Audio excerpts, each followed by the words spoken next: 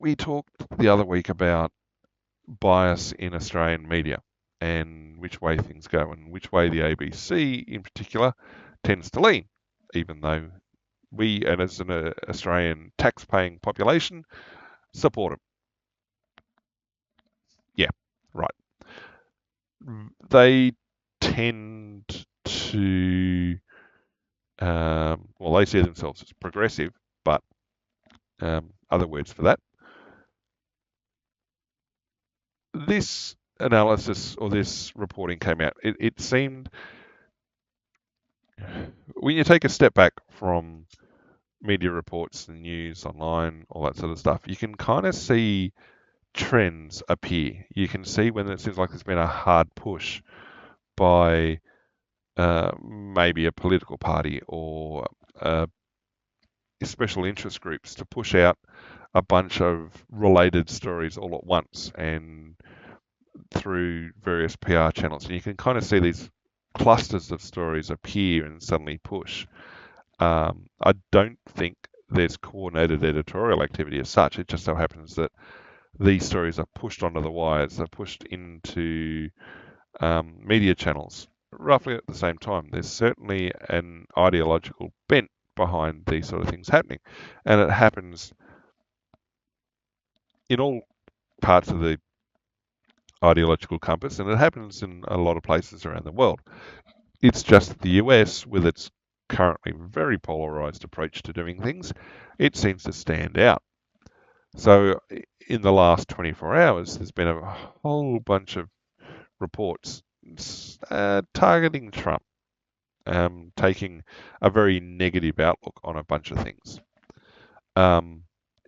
Now, I think partially it's been a response to try and suppress some of the victories he's had in terms of the Supreme Court saying that yes, he can continue to do migration raids in California, particularly Los Angeles. That got handed down in the last day or so as well.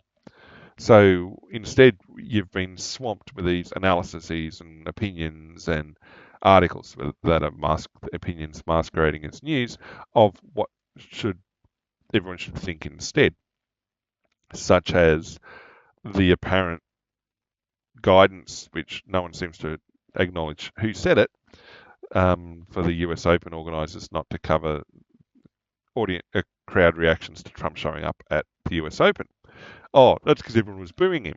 Well, there's also counter reporting from people who are saying that no, it was a very positive reaction from most of the audience and people were happy to see him. And there were people outside the arena who were trying to coordinated booing, who attracted very little attention and support. And so it's rhetoric chasing rhetoric, really. And when I guess reporting on political items comes up, the best bet is ignore it for a few days and believe the opposite, because that's probably closer to the truth than anything else. But this came up, and I was like, okay, I'm not going to talk about it normally, but I had a bit of a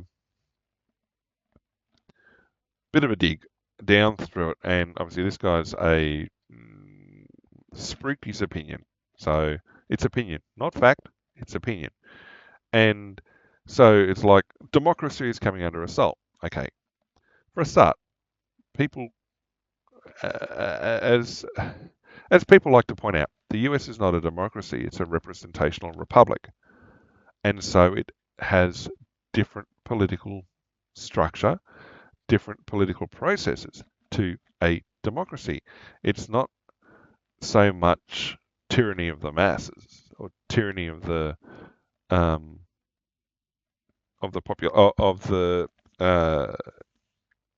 majority.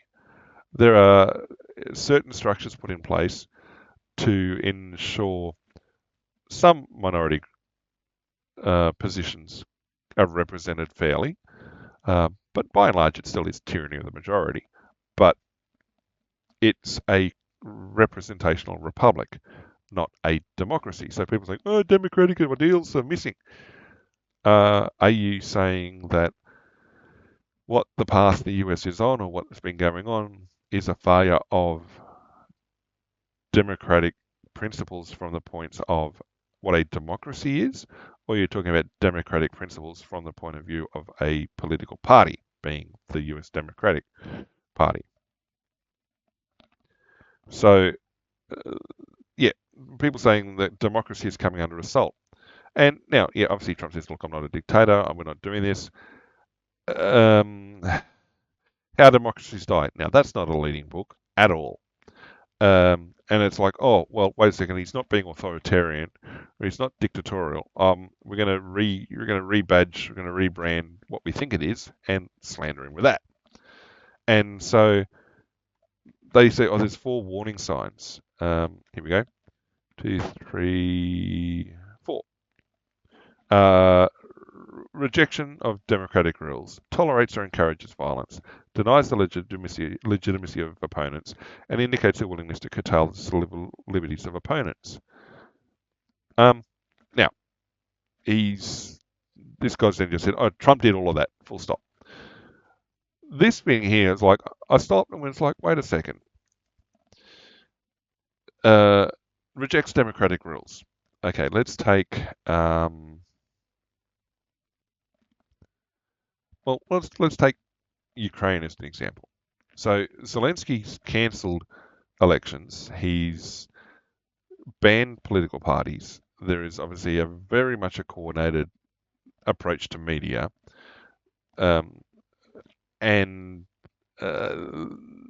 there's awfully violent rhetoric coming out of it. So he meets all 4 for uh, death of a democracy.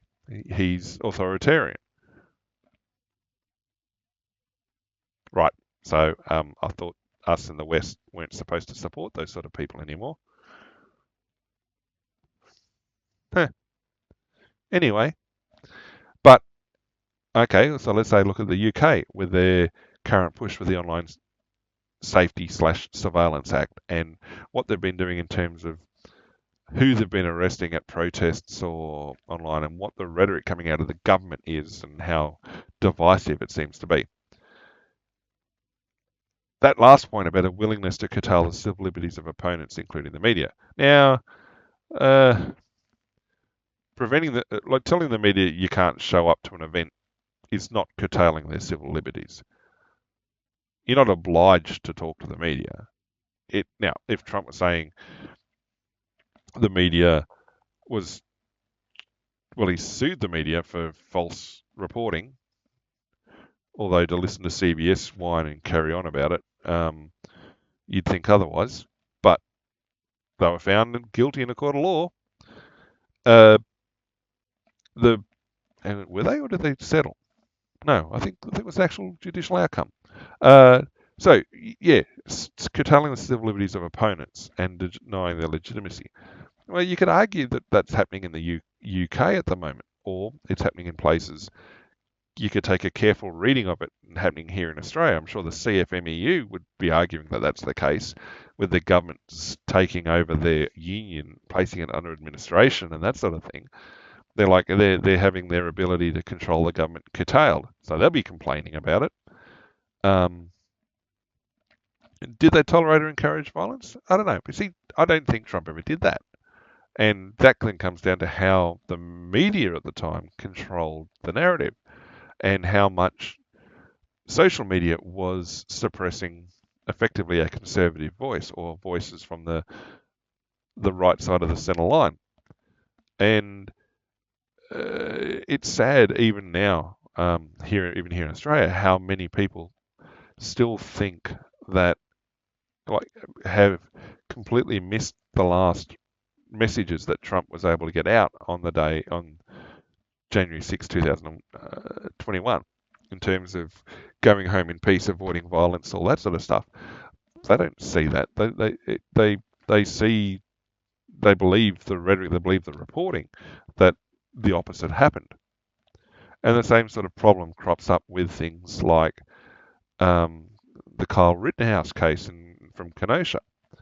And it would sadden you to find out how many people believe that Kyle Rittenhouse shot black people on he shot 3 black people, or that he wasn't provoked, he wasn't attacked first and operating in self-defense, despite the court finding that.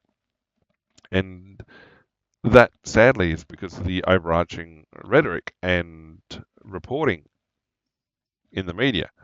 And I guess that's where Trump comes from, talking about things being fake news and whatever else.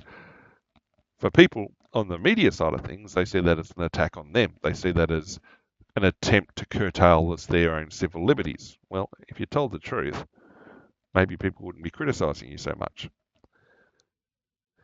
The um, the deployment by Trump of National Guard troops as an attempt to curtail crime, okay, or to protect, say as it is in DC, or to protect the federal agents as it was in Los Angeles. Yeah, that is a sensitive issue. Now, quite rightly, he should be challenged on that, whether it um, violates the Posse Comitatus Act and what sort of a reading of constitutional authority he has to do this. I mean, I've listened to the arguments on both sides putting forward. I can see where Trump believes that he's got the authority to do this. And I can also see the other side's attempt to say, oh, this hasn't normally been done. I mean, they tend to lack a constitutional argument. They tend to argue more from emotion of this hasn't been done, it shouldn't be done. It's like, well, show us the legislation, show us the enshrined authorities preventing it, and they generally can't. But saying that this is an authoritarian positioning completely ignores the fact that when Biden was sworn in, they'd fenced off the center of DC, basically. They deployed National Guard troops. They had boots on ground troops in DC for the inauguration. But because the person writing this opinion article is probably more ideologically aligned with that, let's pretend that never happened. And it's as well, like, I remember when Biden had his angry speech, was it in front of the White House? In front of some building, where it was almost like there was red banners of light behind him. The imagery of that angry speech with the background the way it was. I mean, I do remember seeing conservative voices calling it the dark Brandon speech. When you talk about fascist imagery, when you talk about authoritarianism, when you see an image like that, it calls to mind things from Nazi speeches from World War II, with the way that they stage managed how the speeches appeared. Not quite a Nuremberg rally, but not far from it. The red and black imagery, and it's a very aggressive positioning and rhetoric being pushed forward. But again, because the people writing this article don't have an ideological issue with that, they like to pretend that sort of stuff never happened, or they dismiss the importance of what that imagery looks like to the casual viewer. And so they can having a bit of a whine about the National Guard and stuff like that. And they're like, oh, okay, it's ruled illegal. Now, okay, the judge that ruled that illegal was a California-based judge. So it was always expected that they would have ruled in favour of the governor of California, who was the one who really brought the case. But at the same time, it's expected that the Supreme Court is probably going to rule in favour of the government, as in Trump, not Newsom. But that the finding by the Californian court wasn't the blanket report that everyone took it to be. It was largely limited to Los Angeles. Apparently, the deployment in San Francisco was allowed to continue. And so, again, selective reporting on what made the news, it was painted as a blanket victory, which it wasn't. Um, the this issue here, where okay, again, random, baseless, uninformed speculation about what international maritime law is. I had this argument with somebody who said, "Oh, I'm a lawyer. I know what I'm talking about." Okay, but they didn't know what the high seas was. They'd never heard of the United Nations Convention on the Laws of the Sea, and as a result, had no idea about the enforcement of justice in international waters, what it means to have um, effectively why vessels fly flags indicating the port that they're, well, indicating their ports of convenience usually, but indicating the nation that they're sailing under. Why letters of marque existed back in the day. What authorities captains have in international waters. How you go about prosecuting, identifying and prosecuting crimes in what is extrajudicial territory.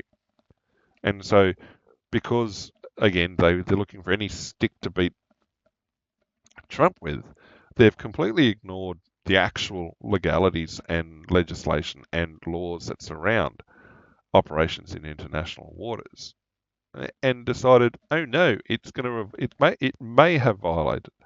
No, you're just throwing that in to lay a seed of distrust, to say, someone's then going to forget that the may have existed, and they're going to repeat this statement as he did violate. And so,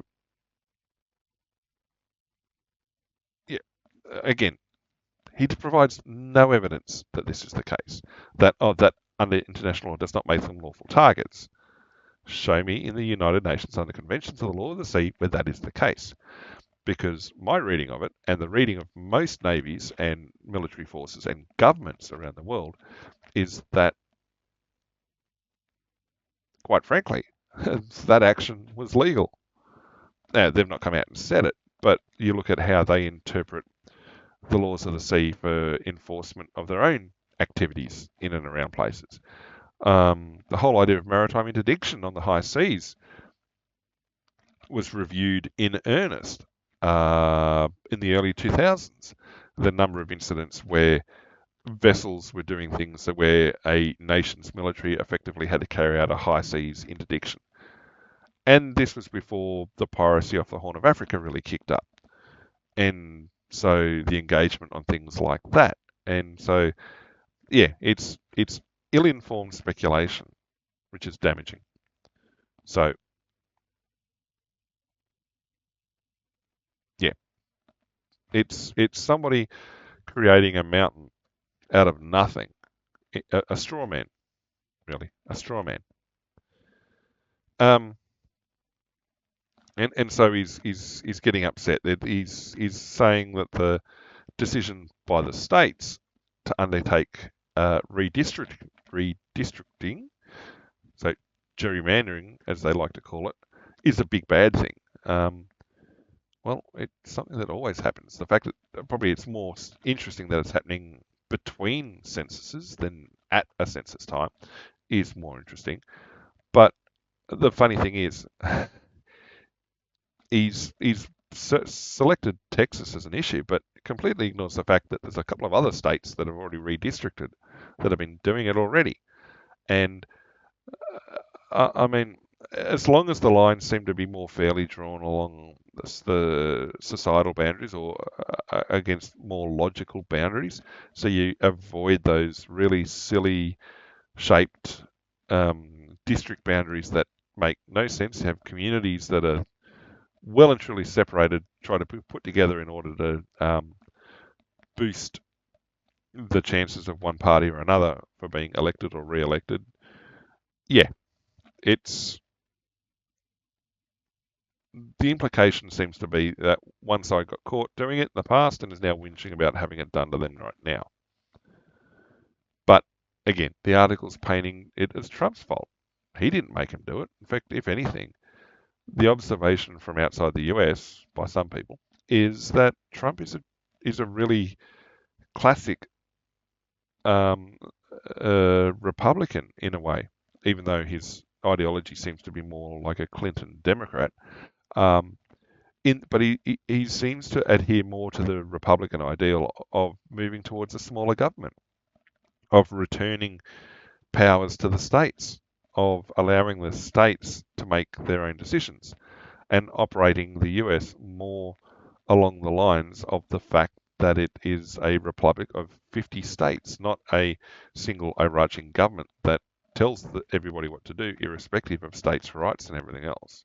I mean, even issuing the word states' rights can be sensitive for people. So, Supreme Courts and everything else. Vengeful streaks that smacks of authoritarianism. It's like this guy's forgotten what's gone on in the last decades of American politics.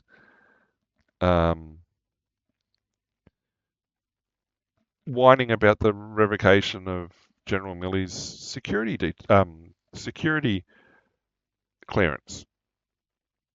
Well, I don't know that he had a security detail. I don't think he was ever entitled to one. But I mean, I could be wrong on that. But the fact that General Milley had come out and said, "Oh no, I'm willing. I've talked to China and given them guarantees that this won't happen or that won't happen." It's like, well, for a start, that's gross insubordination.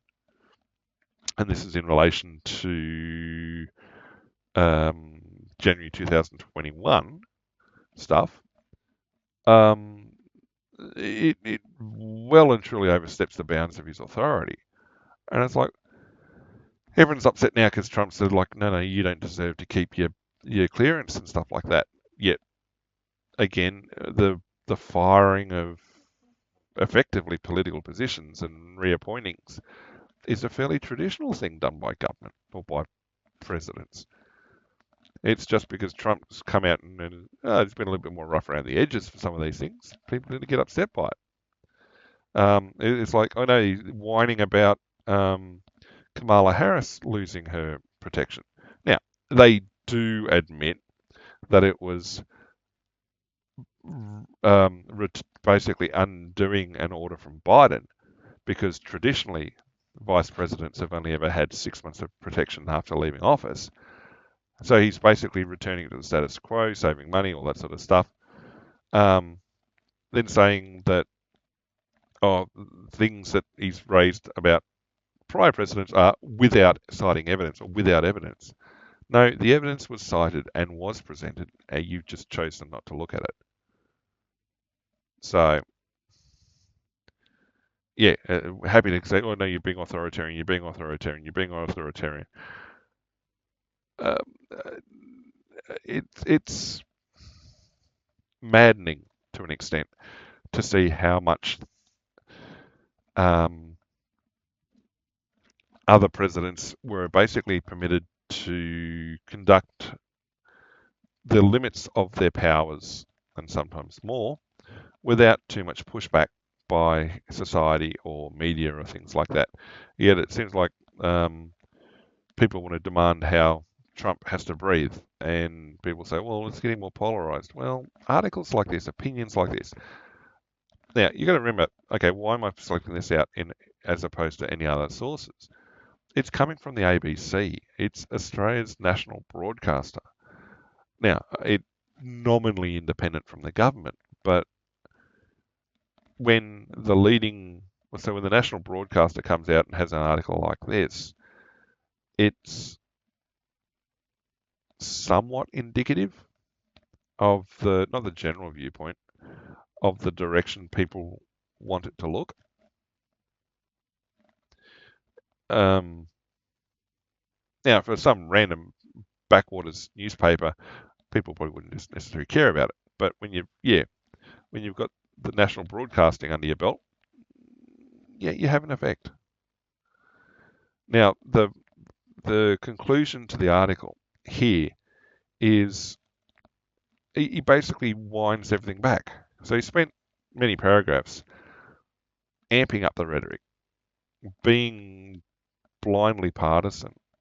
And then he gets to the end and goes, well, much of his exercise of power fits within the rubric of what might be called constitutional authoritarianism. A lot of the executive authority is sought to wield is constitutional. Right.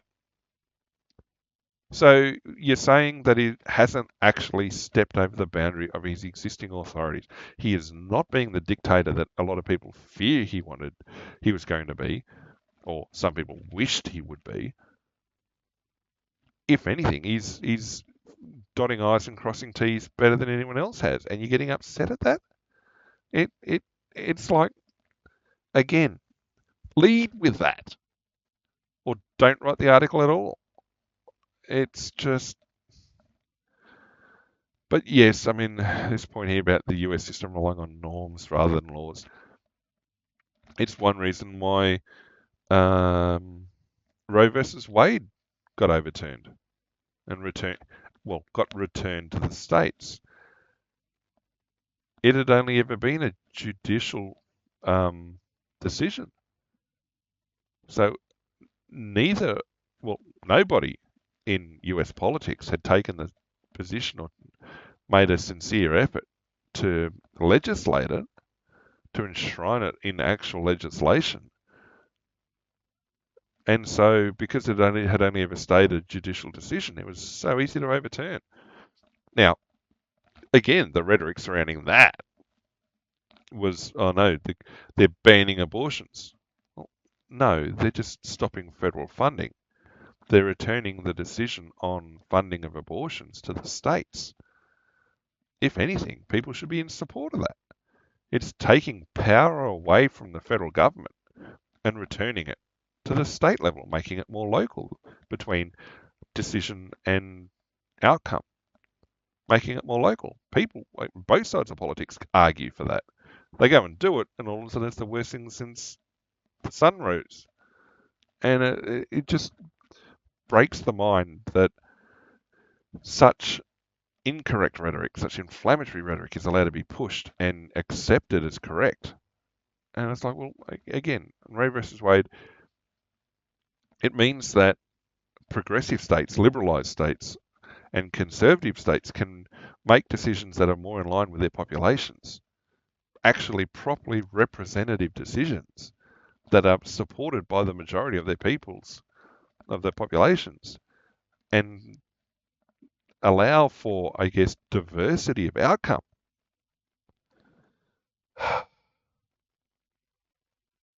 Yeah, again, the fact that there is a government, well, parts of the government in the US actually seeming to try to adhere to principles of what outside the US people believe the US had stood for, and to see that receiving such pushback is just, oh, yeah, it's,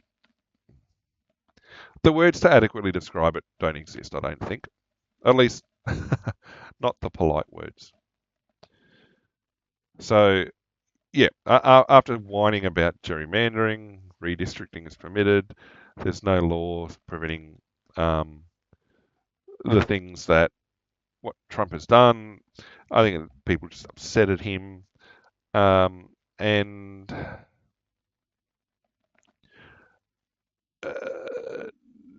the rhetoric even here, like, it's just,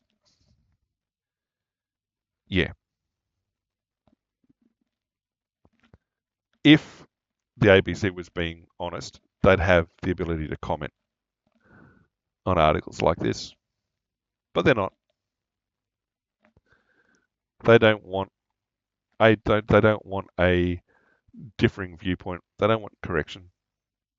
They don't want critique. Anyway, I think that's enough ranting and raving for the day.